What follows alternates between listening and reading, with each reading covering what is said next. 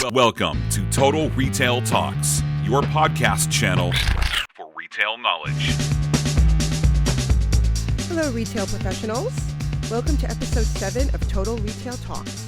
I'm Melissa Campanelli, editor-in-chief of Total Retail, and I'm here today joined by Mark Wolverton, the president and CEO of Lush Cosmetics North America. How you doing today, Mark? Wonderful, thank you. How are you? Great. Thanks for taking the time today. So let's start out just by, why don't you tell me a little bit about yourself and Lush? What's the history of the brand? My family owns the oldest brokerage firm in Canada, and I grew up in the stock market, and so we were always looking around for different businesses to get involved in. I had a friend who was in the UK and saw a lineup of people on the street outside of King's Road and went in and purchased some products. That was at the stage where our UK partners had 3 stores, one in Poole, Dorset, and 2 in central London. And this particular store was the King's Road store. And so we bought some products and brought them back, and we had a look at them back in Vancouver, which is where I'm based out of, and decided that it was worth going after the company over there to see whether we could partner with them to bring the brand to the Canadian marketplace. So that was 1996.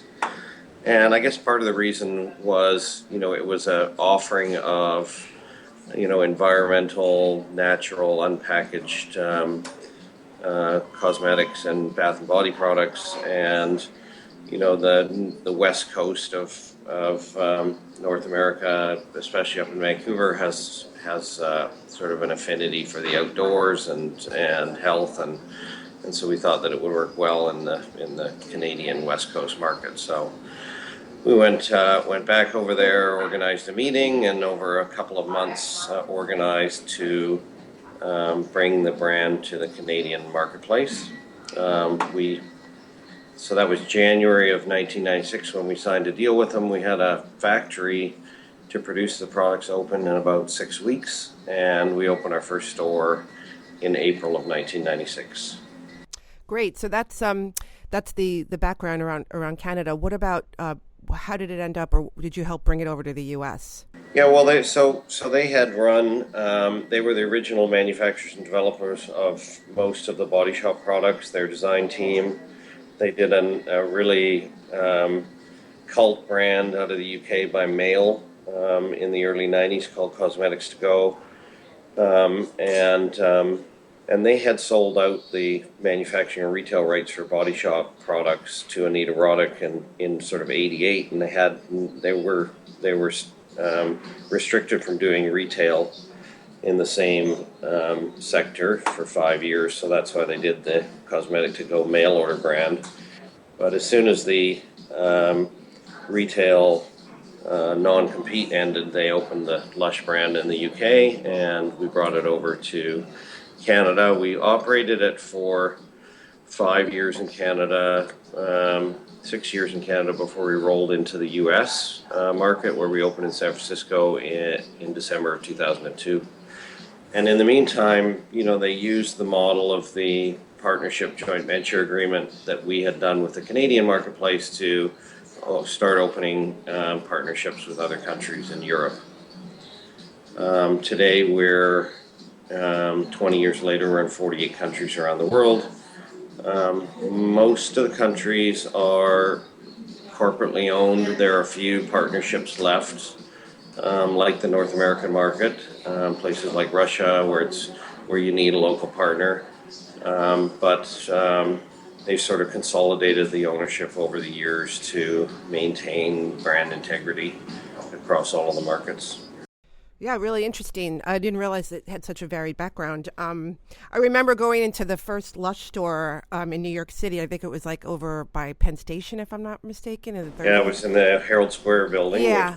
We've since revamped into H&M there. Right, and I just remember being so, taken aback by the products, the display, the way everything was so natural, the blocks of soap. I can just picture them. So, let's talk a little bit about the products. I mean, I understand that you have more than 150 new products slated to hit stores this year. So why don't you tell me about the products and why is this a good time to be expanding?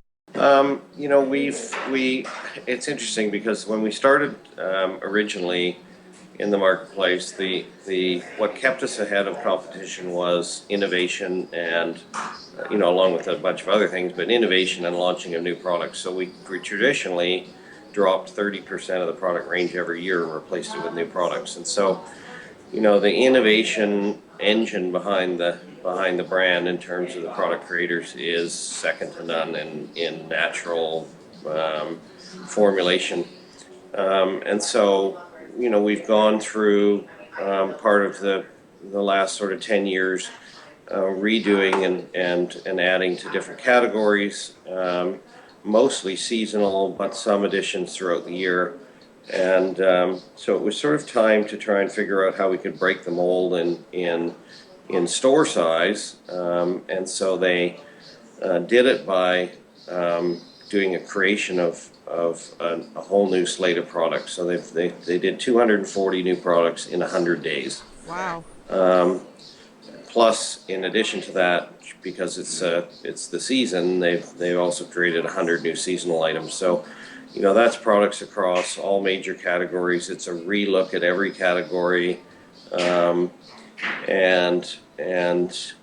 adding to them and sort of reformulating to get more color and fragrance and visual into them. Mm-hmm. They're all effects-led products, so products are created for the most part to create an effect on your skin or your hair in order to provide the right experience for the customer. So we have a very consultation-based customer experience in the stores where you actually get a consultation on your hair type, your skin type, and then we match the products to your to exactly what you need. So you're buying something that you take home and you actually use and you like, and you're not taking it home, leaving it on the shelf, and then putting it in the landfill. So we've added to, in this store, so they opened an Oxford Street store, one of the busiest streets in London, 9,000 square feet. Wow. Which is, our traditional footprint in North America is 800 square feet. Yeah. So that's additions to hair care, a whole new hair care line, including things like hot oil treatments that you can take home and make up at home. Lots of additions to skincare line, including some really amazing skincare items like Magical Moringa, which is a real favorite of mine. Adding to the fragrance line, so they do it in almost like albums, like a musical album. So there's 10 or 12 different new fragrances per album. So they've just launched album 3, and we're about to come out with album 4 in the spring. Huge increase in bath products added to the range. Makeup, we've added 100 SKUs and a total revamp of the line. And so they did this to sort of fill a 9,000 square foot store with a much bigger experiential impact for the customer. And for us in North America, it means that we can look at much larger stores with a much better experience and consultation platform for the customers. And it's sort of a little bit like if you look at the Sephora model, they have their 3,000 or 4,000 square foot small footprint stores. They have some 8,000 or 9,000 square foot large footprint stores, and then they have some very big flagship ones like their Champs-Élysées store. And they managed to get, completely different volumes and different offerings in terms of product line through the different sizes of stores, along with a much more interactive based model, which is what we've put into the Oxford Street store and see coming into the North American market starting in a couple of months. Yeah, I'd love to hear about that. I just find it interesting that, to sort of look at it that way, look at filling the store, instead of, like, in other words, the venue comes first and then the product. That's a really interesting way of looking at it. So tell me about some of the developments in store that you have planned. Are you doing a lot with mobile, or what are some things you can talk about there? Yeah, so we have a completely mobile responsive site. Looking at developing a native app for ourselves. within the stores, there's in the Oxford Street store, there's a spa. So it's a spa on one floor of the store. There's a fragrance gallery in the store in Oxford Street, which is an interesting concept. There's an area where you can actually get a hot air hair treatment and hair treatments that you can get demoed on you directly in the store. And so there's quite a bit of interesting interactive positioning within the store where customers come in and spend hours at different merchandise areas interacting with the product. We create something called Fun, which is it's kind of like a Play-Doh concept, and you can use that for washing your hair, washing your clothes, washing your body, and it's also moldable in different colors like Play-Doh. So there's a whole setup in the front of the store where the kids can come in and make models of things out of the actual product, and so very interactive. Yeah. So do you have plans for these kinds? You're talking about the Oxford Street store, I'm thinking. So do you have plans for these kinds of stores in the U.S. and Canada? Yeah, we're in the middle of so we've gotten to the point where we have so much volume in our stores across the North American marketplace. You mentioned an 800 square foot store. Our average store volume is now up to close to 1.8 million in sales.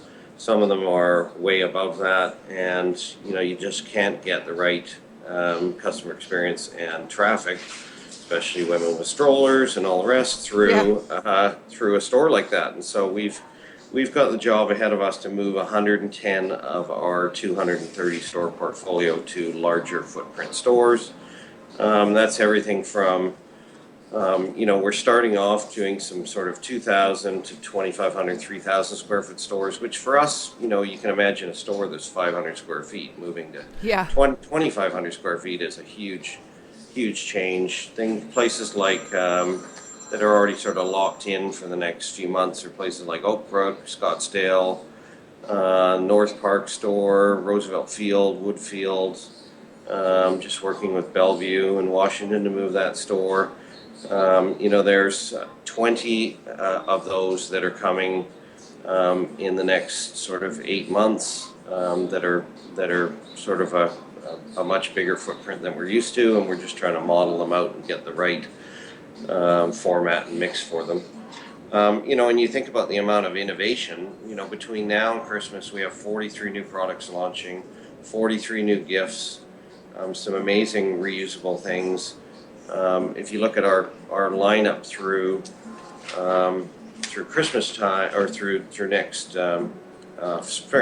summer, we're adding 277 new products to the range. And you think about the production of that, just between now and Christmas, we're producing 16 million products. But that's in the face of 6 years of double-digit same-store sales growth, with 44% growth between now and Christmas. So, it's there's demand there for it, and we just have to position ourselves to be able to provide the right experience in the stores. So just a couple more questions.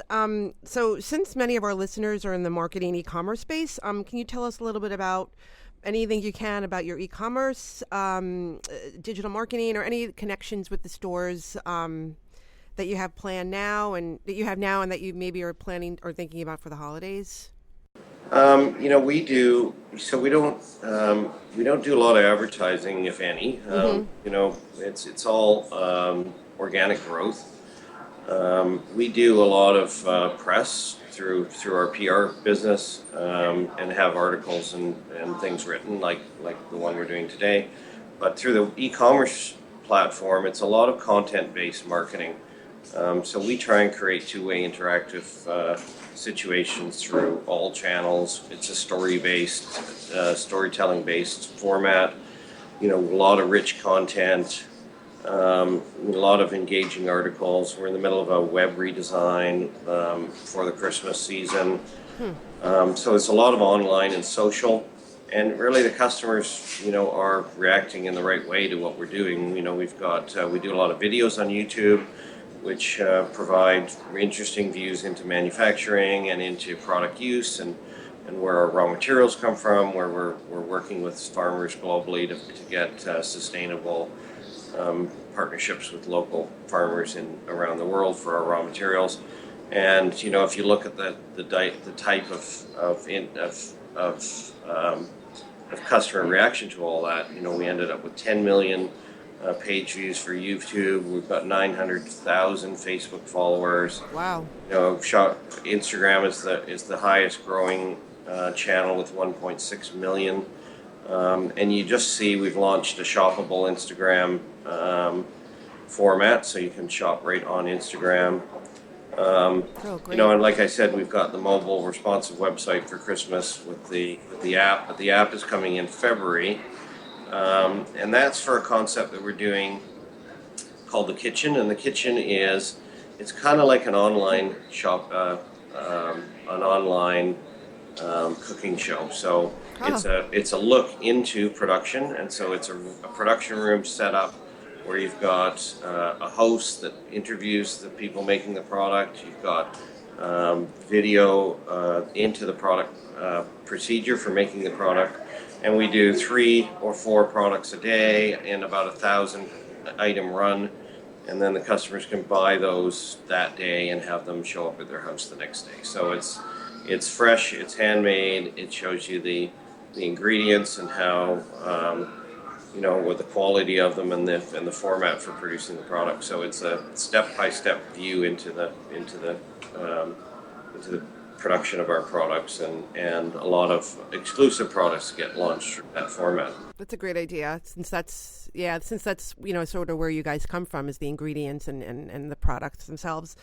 Okay, so as a CEO of a large, well-known brand, I just have to ask you, as we end here, I mean, what's the one issue that keeps you up at night as a retail professional in today's world? I mean, is there something that you are tracking that you're most, that's on your mind?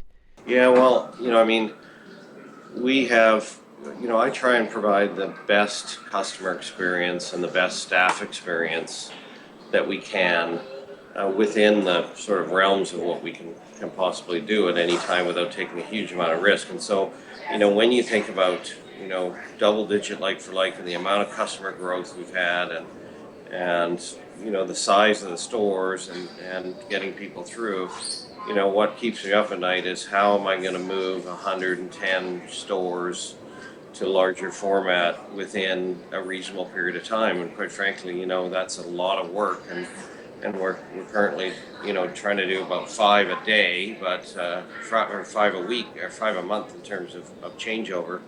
But it's finding the real estate, it's getting the stores set up differently, and really it's about a 36-month process that I'd like to do in 12 months if I could. So I sit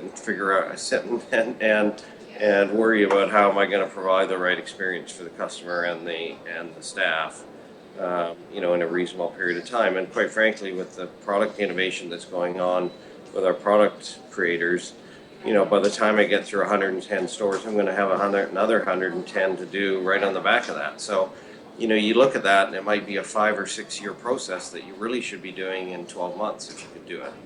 So, very, very tough to try and meet the market, right? Yeah, time management is a big problem for everybody. It is. Thank you so much, Mark, for today's podcast. And I also want to thanks everybody listening to this edition of Total Retail Talks. To please check out our podcast channel page, mytotalretail.com/podcast for our show notes. And also to let you know that Total Retail Talks is available on iTunes and Stitcher. But you can also subscribe on our podcast channel as well. And please follow us on Twitter at MyTotalRetail or on Facebook at facebook.com/MyTotalRetail.